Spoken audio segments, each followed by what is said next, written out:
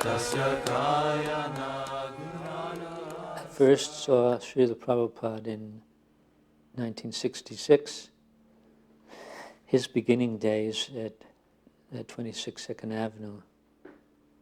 And he impressed me like a Buddha figure. He was wearing just a bare chest and a top piece. And I didn't know anything about Vedic gurus, but he looked like a Buddha. So, but I did know, or had an attraction for Eastern gurus. Fortunately, I never had any guru, but so what I first saw was not him, but I saw a little piece of paper in the window that said yoga classes on Bhagavad Gita, transcendental sound vibration, Monday, Wednesday, Friday. And so by myself, I decided to go and see him. And I was a loner. I came to him alone. Some other groups, there's a Mott Street Boys, they came together. Umapati, Kirtanananda, and Hayagriva, yeah. And Prabhupada would also remember the past. As the years went by, he would remember those early days. And he said, oh, you three came together. And then he would say to me, oh, but you came alone. And so I went into the storefront alone one night to attend a class, and I was shy. But one of the young men turned to me, Ray Rama, his name was Raymond. He said, what's your name? I said, Steve. And so he welcomed me. And then he said, the Swami will be out in a few minutes. There was all straw mats on the floor, and a straw mat for the Swami too. That's all he had, no chair. So then he came out, and he wore white slippers with pointy fronts to them, like bathing slippers. I've never seen any slippers like that since then. He stepped out of those slippers, and they're like genie slippers, and sat down on the straw mat, exact same level as us, and looked around, and then began to chant it, and very slowly play with the cartels. 1, 2, 3, 1, 2, 3. We have some very early tapes of those vintage kirtans. So I was very impressed by the kirtan and by him personally. I had trouble with his speech, but still I was impressed by him. He was the first Indian teacher I came across, so the gravity meaning the silence and the seriousness, no nonsense appearance, and the elderliness.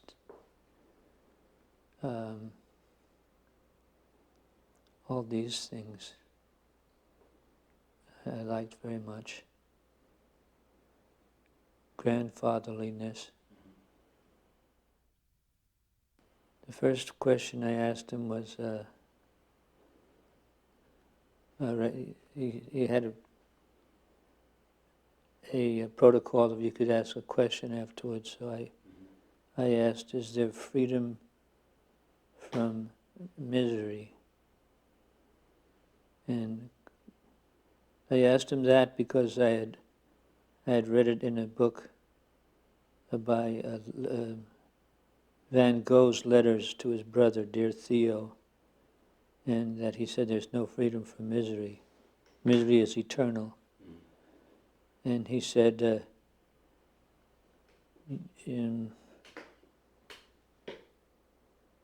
no, there's no freedom from misery. He said, you can break your arm and go to the hospital and come out, and then you'll break another limb.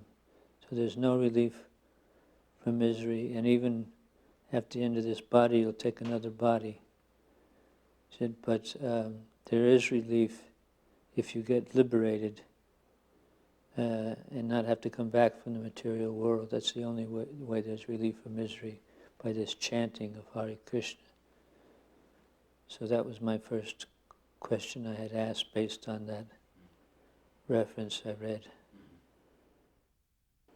And then I asked a personal version of it up in his room alone when I was thinking of my own bad habits and my attempt to get relieved of them. I said, Swamiji, I was a little more advanced than to talk to him alone, one-to-one. I said, is there a stage in advancement where you can reach a point where you don't fall down again? And he said, yes. And that's all he just said. And I was very, very pleased to hear that. And actually, personally, from the first night I went in and saw him, I did break all my habits, or they went away by themselves. So that's, he and the chanting had powerful effect on me.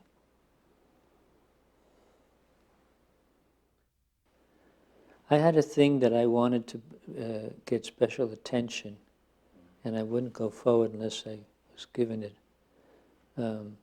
So I knew that he had Sunday morning feasts, and I also knew that he had morning classes as well as he had morning classes every day, and Monday, Wednesday, and Friday in the evening. But I didn't attend the morning classes because nobody invited me. And they had Sunday feasts and nobody invited me. So I didn't go. But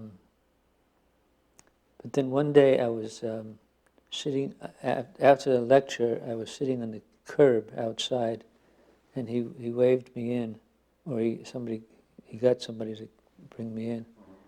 And he said, you know, we have Sunday feasts. He said, would you like to come to the Sunday feast? I said, yes. He said, you can come too, you're invited. So I started going to them. And then some of the other guys told me that I could go to the morning classes too. But I was very slow unless I was invited.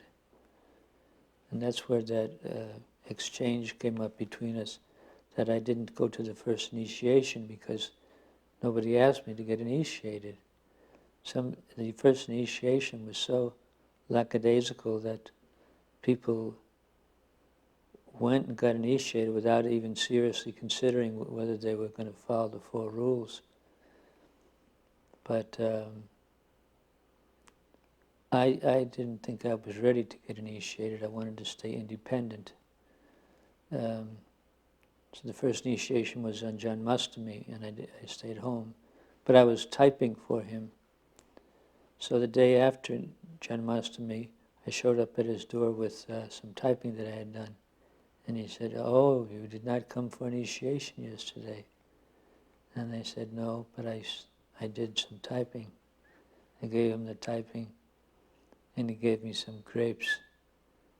And then there was an exchange going on at the telephone for a marriage that he was going to have arranged between Mukunda and Janaki. And he hung up the phone, and he said, you're invited to come to this marriage. You can come. And I said, thank you. And I went to the marriage, and then I was sorry that I had not gotten initiated, so I asked him on another occasion, another day, could I get initiated on the next occasion? He said, well, you'll have to be a strict vegetarian. I said, already I am. And so he said, yes, then you can be initiated. And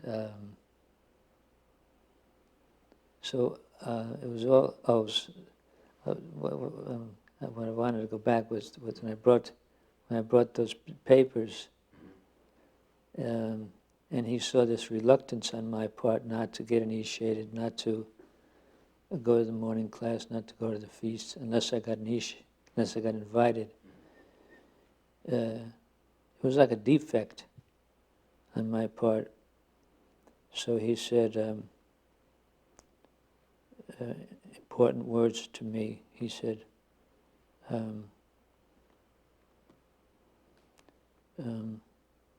I will love you if you will love me.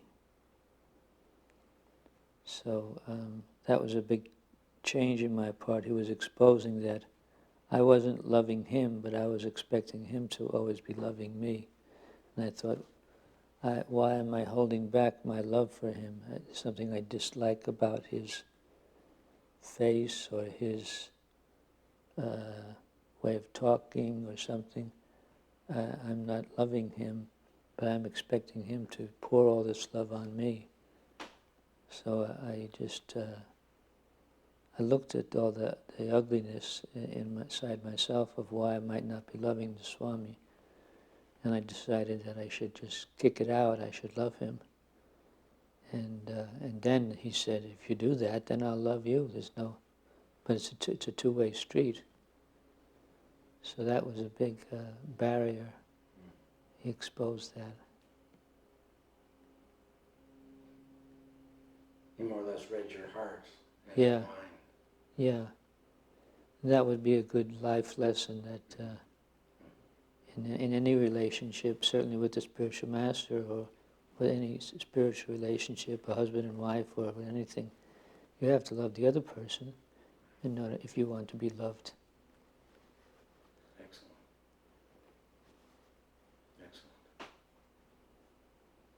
So that really broke a lot of ice, and from then on, I didn't have to be so much invited to things. I stepped forward more. He was teaching from Dr. Radhakrishnan's Bhagavad Gita himself, and some of us went out and bought copies of it too. He said the translation is 98% good. Don't read the purport at all. It's contaminating. But you can read the English out loud. We had classes, so he would say, Raymond, read 8.7, read the translation. So that we would read the translation and consider it bona fide, that book. And then we had his Srimad Bhagavatams. We didn't use them in any consecutive order. They were just there to read and grasp. It's funny, we didn't study the Srimad Bhagavatam, as I remember it. It's not that everyone had the money to buy them. I bought them.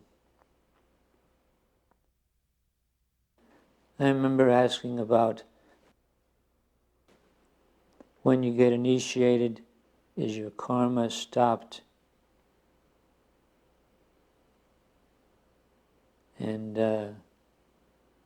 he said, yes, it's like the fan the electric fan is rotating, but on initiation, the plug is pulled out, and it may take a little time that rotations are going, but there's really no more karma.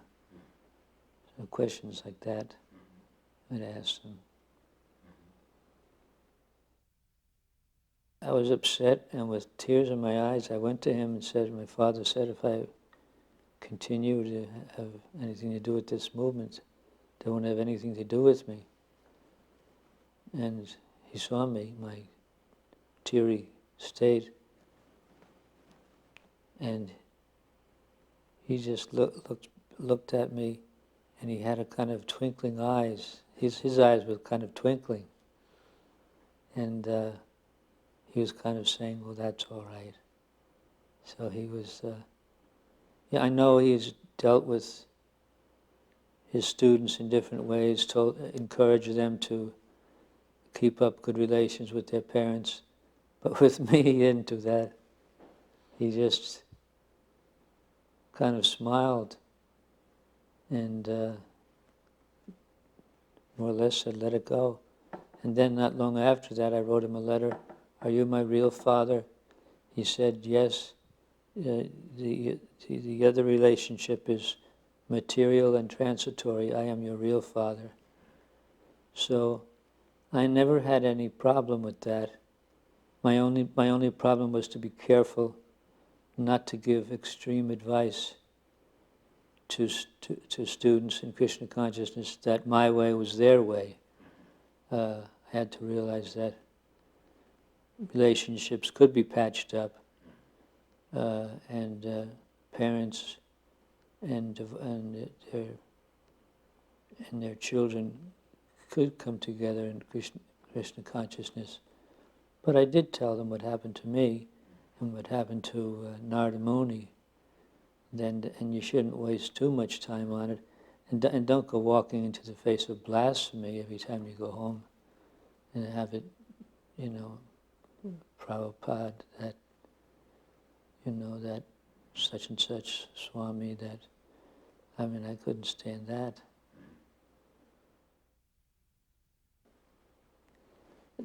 Tamal Krishna Maharaj, when he was close to his mother up until the end, but he had a habit of writing to his mother. And when he became a sannyasi, he wondered if he should keep it up frequently. And Prabhupada said to him, do you wish to make your mother a special object of your mercy? And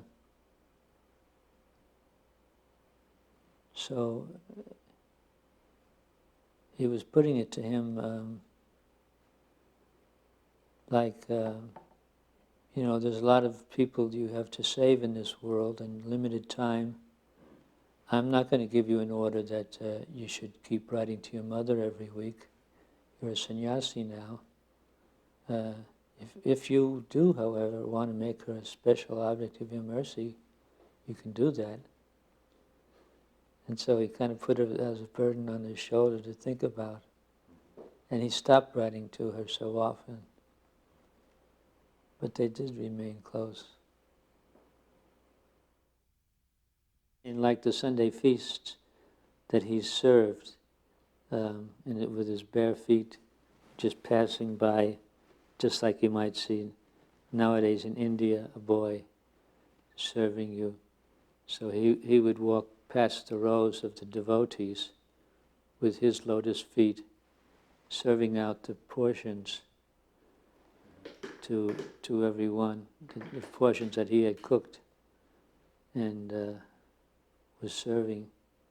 And he asked me, do you want the pushpana rice or the regular rice?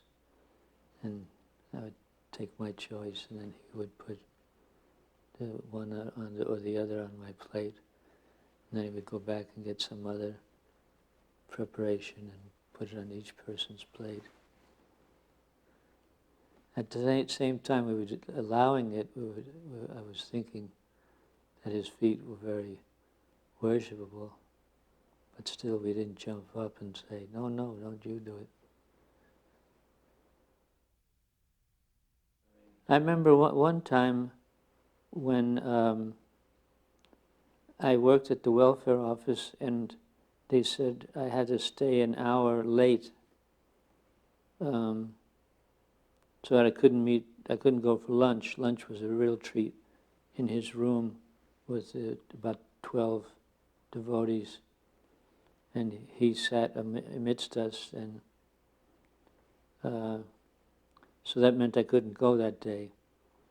I wasn't initiated yet. I phoned his place and I got him on the phone. I said, Swamiji, this is Steve. Do you remember? Do you know who I am? He said, yes.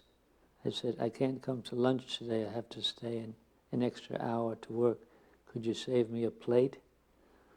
He said, all right, we can. So I came there instead of 12, I came there at 1. And everything was finished. Everyone was gone, and the plates were washed, and he used to have the rug rolled back. So the rug was rolled back, but there was one place there. He said, sit down. And I sat down, and then he brought out a plate and placed it down, and then he stood there a moment while he put the plate there. And then automatically, as the plate was there, I bowed down at his feet. So that was one time, maybe the first time I think I bowed down at his feet. He said, yes. So gradually then Gargamuni asked a question. He said, if I don't feel like bowing down when the others bow down, should I still do it? That's a famous question. What is it? Prabhupada said, yes, you should. By bowing down, you'll feel like... By bowing down, you'll feel like doing it. Yeah. Oh, yeah. So how it became like a more established thing, I can't quite remember. Kirtananda's going to India with Prabhupada had something to do with it when he came back.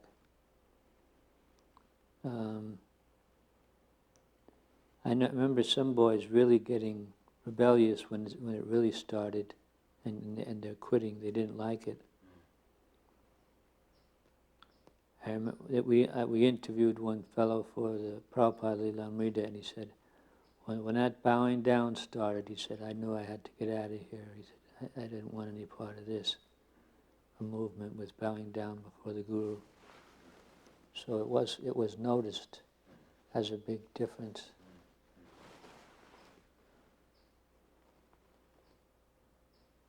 People would say, and then at programs, people would ask that question too. Why is everyone bowing down to you? An outsider would say, and Prabhupada would say there's some different things. They are wondering why you are not bowing down. You must, then there was an extended one, you must bow down to someone. Everyone has to bow down to someone. Why? I don't bow down to anyone. Oh yes you do. Then Prabhupada would say, do you bow down to old age? No, I don't. Yes, you do. But you must bow down to someone. Why not bow down to a guru, an advanced person? Stubborn persons, they couldn't get the idea that if they bow down to the right person, they would not have to bow down to all this birth, death, disease, and old age.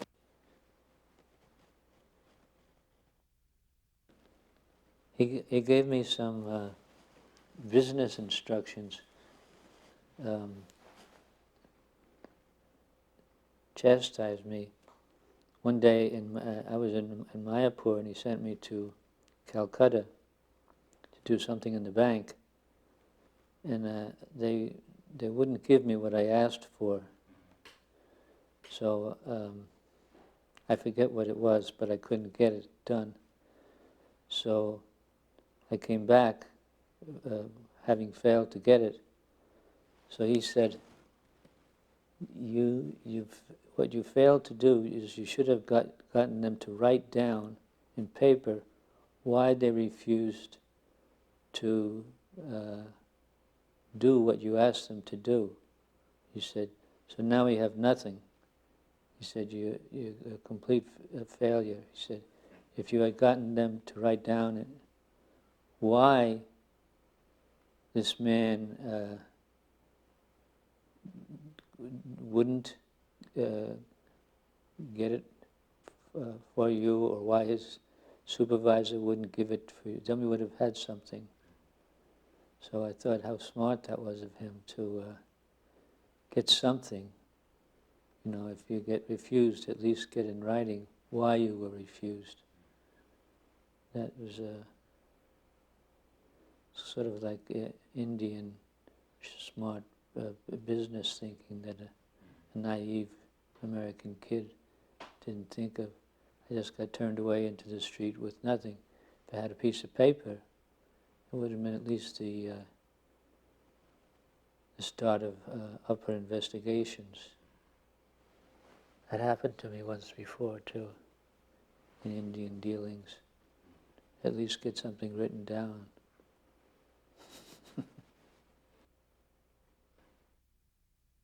He put me into tears sometimes though. And then he put me into tears and waited for me to come out with a solution. Not just sit there and cry. There was a time when I sent a letter out, and the letter, then when it came to him examining the letter, it said, I have enclosed, it was a letter to Guru Das, I have enclosed the specimen of the letter to so-and-so. I forget what it was, but it wasn't there. He said, why did you say you have enclosed the such-and-such when it's not there? I said, well, I looked for it in my files, and the files are not in good order now. I have so many things to do.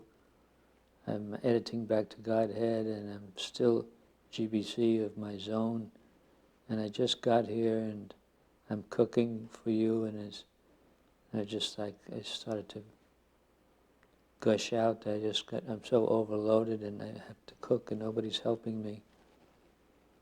And Pradyumna was supposed to help me cook, and nobody's helping me do anything. And he said, that's not the point. Why did you write in this letter that something's there and it's not there? And then I started to cry. And then I really started to cry, and I said, I guess it means because I don't love you enough, or something like that. I was like really going for what was really the real reason that I didn't do the thing right. So he just sat there and he waited for me to come up with something more than that. That wasn't good enough. That was just a sentiment. And then I said, I was just a crying mess, like a woman or something.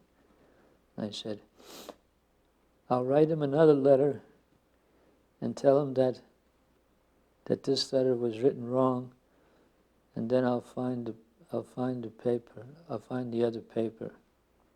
Do it, he said.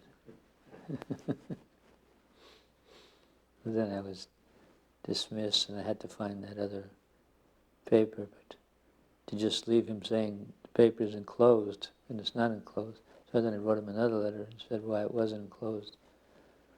And I finally searched and found it. So he could crush me certainly easily.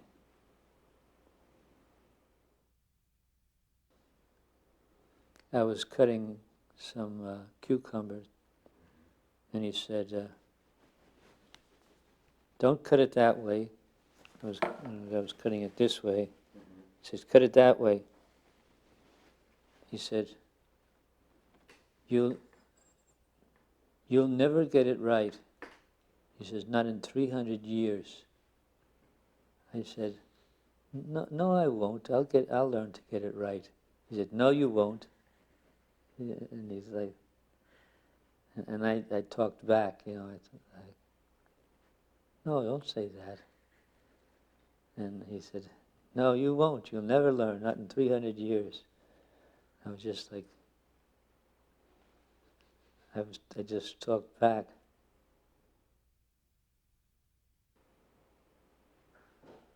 I didn't put any ginger on his breakfast plate. And he said, there's no ginger on the plate. And I said, oh, I'm sorry. And he said, oh, I'm sorry. Just like did an imitation of my insincerity. With the sarcasms of like just imitating my insincerity. It really could crush me. So it wouldn't take much, just a little inflection. And he had some names for me. He called me Dr. Isaac Newton. Because I was so impractical. He said that Dr. Isaac Newton was, although he was very brilliant, he was very impractical. He had a friend, and the friend saw that Dr. Isaac Newton was building 2 holes in his door. He said, why are you doing that? He said, I'm doing that to let my cats allow them to come in and out of the house. And I have 1 big cat and 1 small cat. His friend said, well, why don't you just build 1 hole and they both can come in and out of that hole?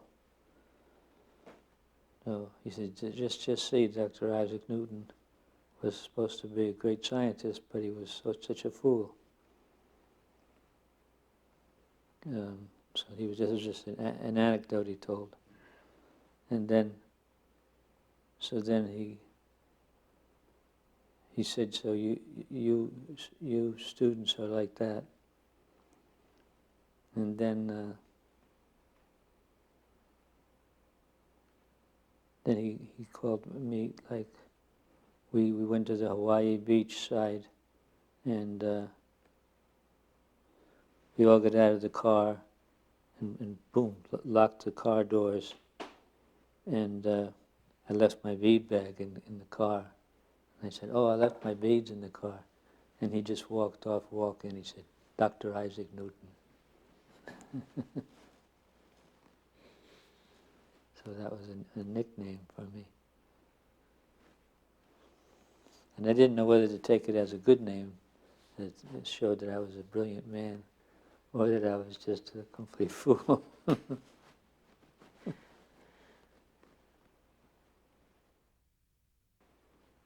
He wrote a letter, he said, I keep you are not a good manager, but I keep you on the GBC because you always do what I say. So, well, you are a perfect gentleman.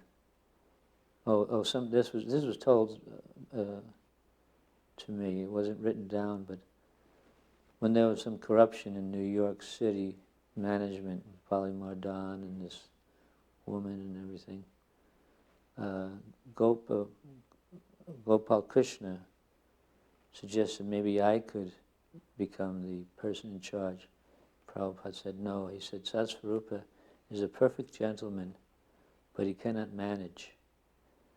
So there's always that theme and understanding by Prabhupada that I wasn't a good manager, but I was a perfect gentleman. So I liked his estimation of me. It was savvy, but it was sweet. They liked me. He didn't think he thought that I did what he wanted to my capacity, but I really couldn't manage my way out of a paper bag. As far as some things that Prabhupada said about Gurukul, the teachers were always asking about discipline because they found it hard with all these untrained children to keep discipline. He said to try to tell them Krishna stories and engage them in Krishna Leela play, and they would be occupied. And the time would pass, they'd be happy. And academics should be restricted to just English and Sanskrit and a few studies, not much. One day, when he visited, he had they gave him some long rods, and everybody gleefully held their hands forward. He said, there can be punishment. Well, we hit you in the hands. Everyone was, wanted to be hit by Prabhupada. So he said, we can, if you do wrong, we can hit you in the hand. Everyone, the teachers and the children were pushing forward to be hit by Prabhupada. But he said that the teachers should never hit the children.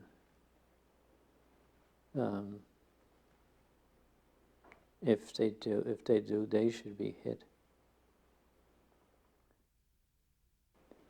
Another thing was that should the school be a day school or should it be a boarding school?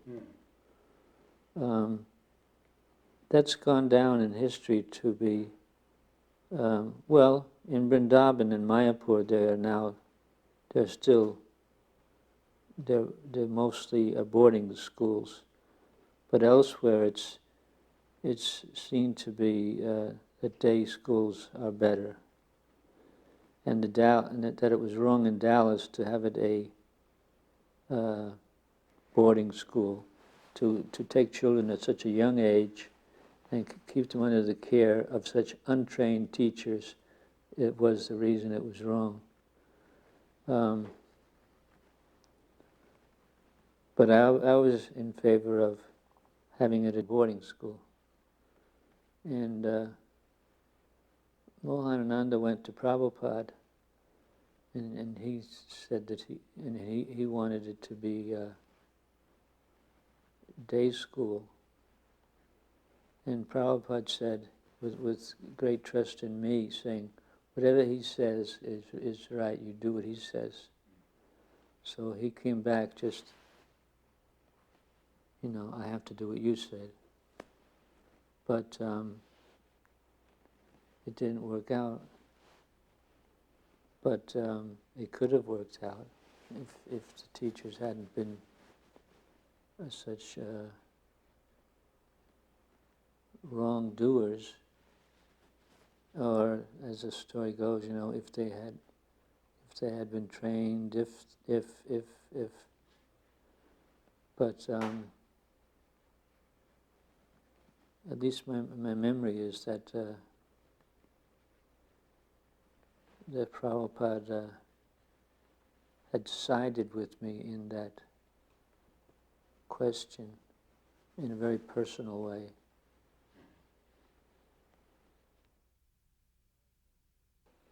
Prabhupada favored the boarding school because they would be with the teachers all the time, getting in a Krishna conscious atmosphere, living in the temple. And learning by example of the teachers how to be devotees. They would go through the same temple program as a temple devotee, whereas if they just lived at home, there wouldn't be the same opportunity. It's like to live in the temple is better than living in the home, was the idea.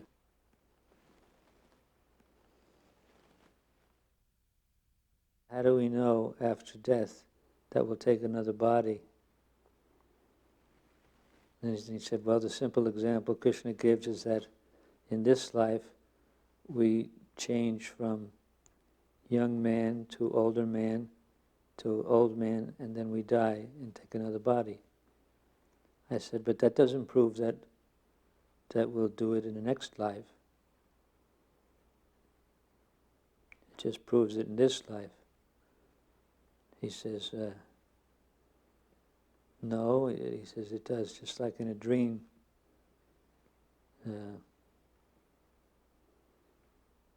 And I said, no, that's just your faith. It's not actual proof. It's just an analogy. It's analogy. It doesn't actually prove that I'll become another person in another body. I just hang in there with the devil's advocate position. And then I realized, hey, I better cut this out. I don't want to keep arguing against my spiritual master. This finally rests on faith, and he would not stop his strong arguments on just based on Krishna and the Shastras. So I just finally would stop. I would concede, at least on that one, because to this day I think it's a matter of faith. That argument of how do you prove that there's another life?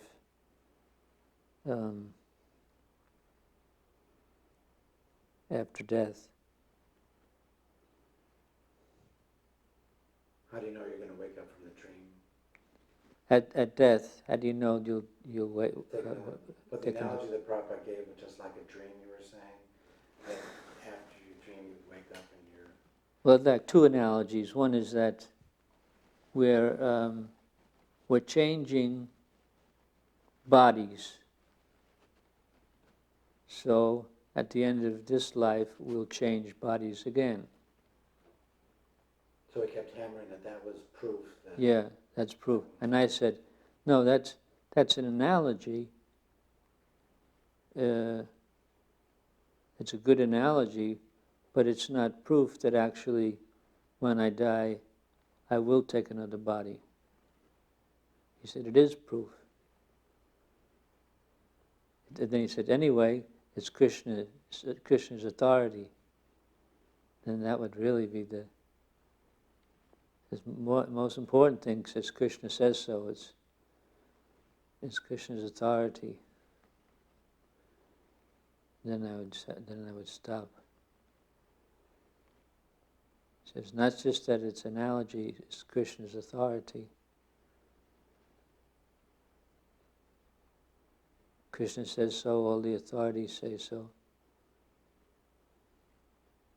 The soul is eternal, and after this body you take another body, because the soul doesn't die. Sometimes on morning walks, not just intellectual play, but you just really feel touched in your faith. I remember him saying, I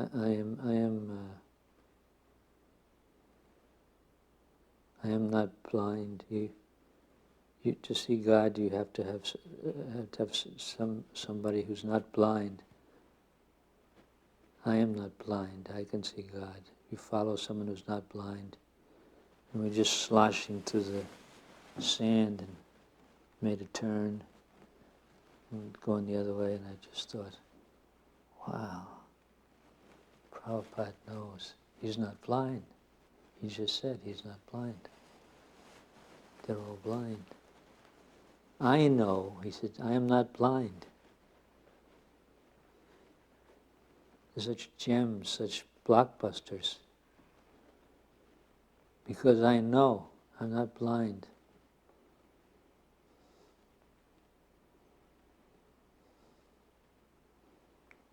Was it prima facie evidence? He carries that. Someone gave me a DVD about Ram Dass, and they were talking about his guru, Guruji, and they showed a picture of him and his disciples. We were talking about that the one thing they said about him is that when you were with him, he made you feel love.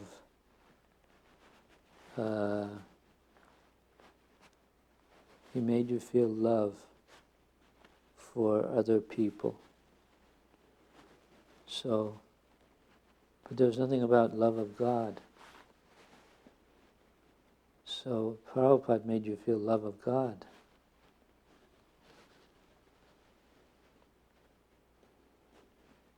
And by such conviction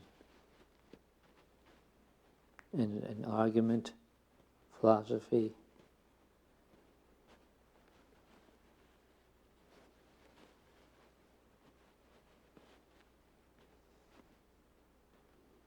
such a gigantic thing.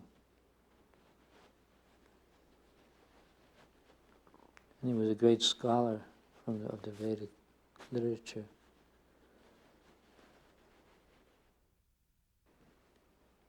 The quality that was most meaningful to me in Prabhupada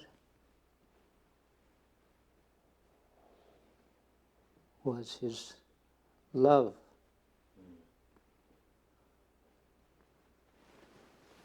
He didn't always show it because he was the general on the battlefield and didn't have time.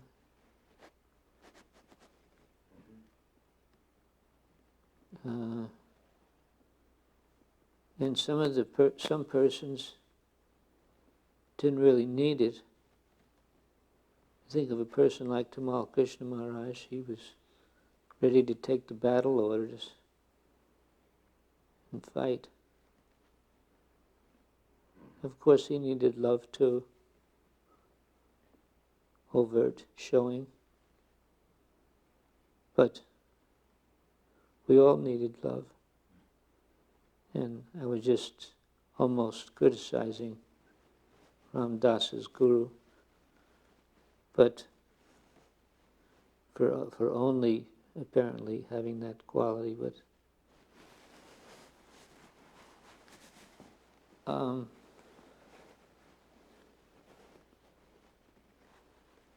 Prabhupada's love with the ability to bring us back to Godhead. That's what I think he has, the potency to just kind of astounding love too. That's what we're counting on him to. I just read on the back of one of your books, a quote that he said, I can guarantee you I'll bring you back to Godhead. So why does he do that on behalf of his Guru Maharaj, out of love?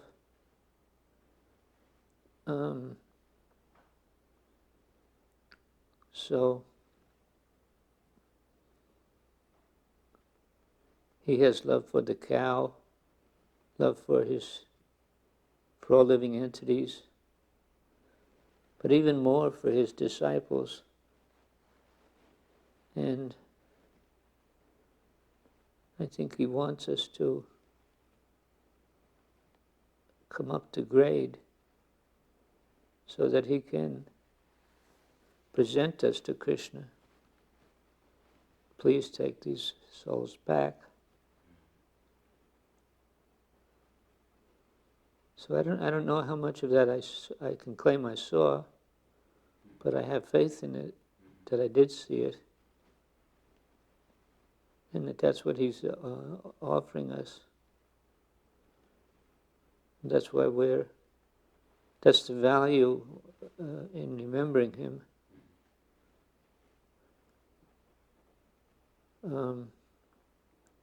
It's so important what you're doing in any remembering program. There's a cryptic note that Rupa Goswami sent to Sanatana Goswami when Sanatana was in jail. It goes like this: where has the Ayodhya of Raghupati gone? Where has the Mathura of Krishna gone? When you are in anxiety, keep the mind steady.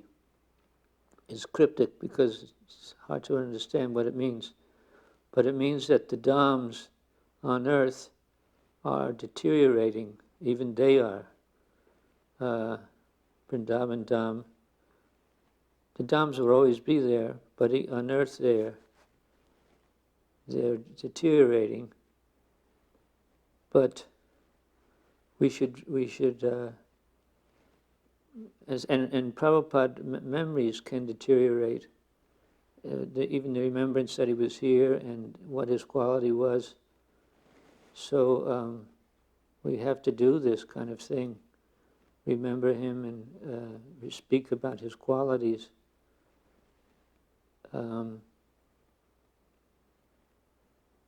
So that we don't forget what he is in our life.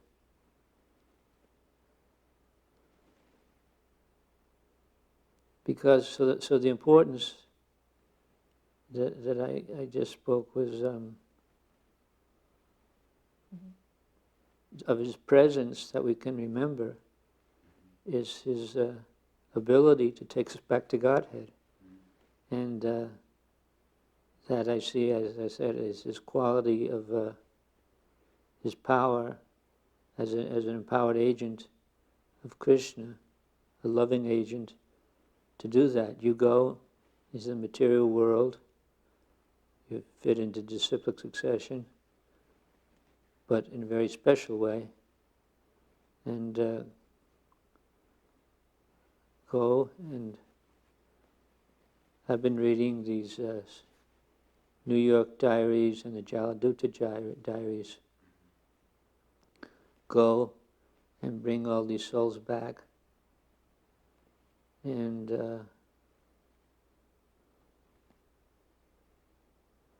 he's done it, or he's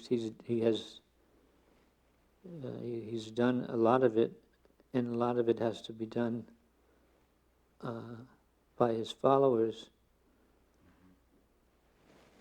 But by following his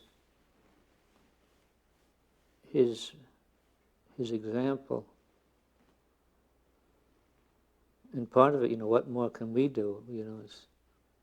We've flopped as trying to be gurus or trying to carry out any imitation of his presence, but remembrance in itself is a big thing. Just to remember how Prabhupada held a cup or did this or did that is a good thing. Asking all the devotees, what was he like, what did he do? So there's people in the future can remember that story you just told. Was wonderful. How did somebody ask Prabhupada, what did you feel when you chant? He said, I feel no fear. For anyone to hear that story and for them to keep it, they can also feel no fear. This is preaching. So I was just like walking off the gangplank when you asked me that question. I didn't know what I was going to say. I felt like it was phony though. I said, well, here goes. The best quality I see in Prabhupada is, and I just started talking without knowing what I would say. But You said love. love, yeah, that's what I need, is his love, because I need to be forgiven. and by his love, his charity, his leniency, and then I need that. We all need that that actual power that he has to be empowered guru to be the one to release us. Not just Krishna at the time of death, but Prabhupada to say, what is it I make up a thing in my mind, oh, that when I die, I'll say,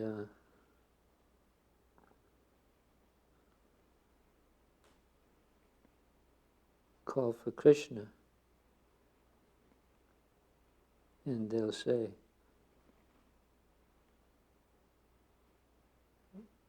oh, whose disciple is he? Prabhupada. Oh, Prabhupada, very famous guru. So ask Prabhupada, do you know this disciple? Satsvarupa? Well, what do you think of him? Where should he go next, or what is your recommendation for him? That's how it's. And what is he going? Is he going to save us all?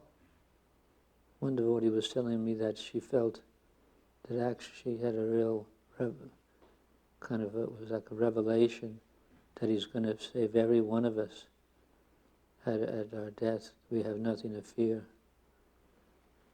Maybe that's true.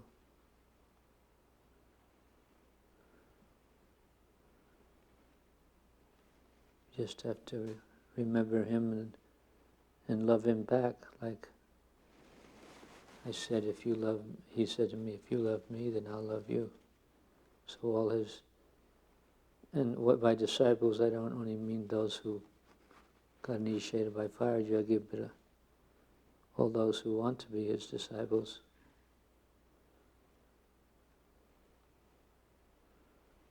Can be his disciples.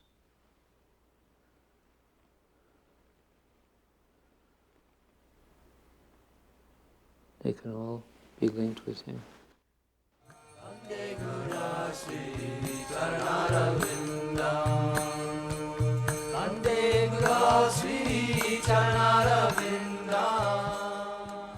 Je anilo